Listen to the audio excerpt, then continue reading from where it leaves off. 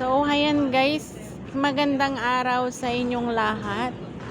Sa mga nagsasabi na masarap ang buhay maging OFW, ayan, ipapakita ko sa inyo kung paano ang buhay ng isang OFW dito sa Hong Kong. Tingnan nyo guys, ang situation namin dito pag day off. Ayan, mga kasama namin, Filipino, Indonesian. Say hi to my vlog. Hi everyone. Greetings to your family in Philippines.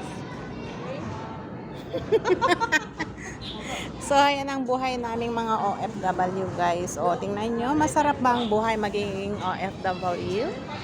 Tingnan nyo. Kaya kung gusto nyo maging OFW, i-ready nyo ang inyong mga sarili. Yan. Diba? So, ayan lang at magandang araw. Please like, follow, and share. Thank you so much and have a wonderful day everyone. Bye!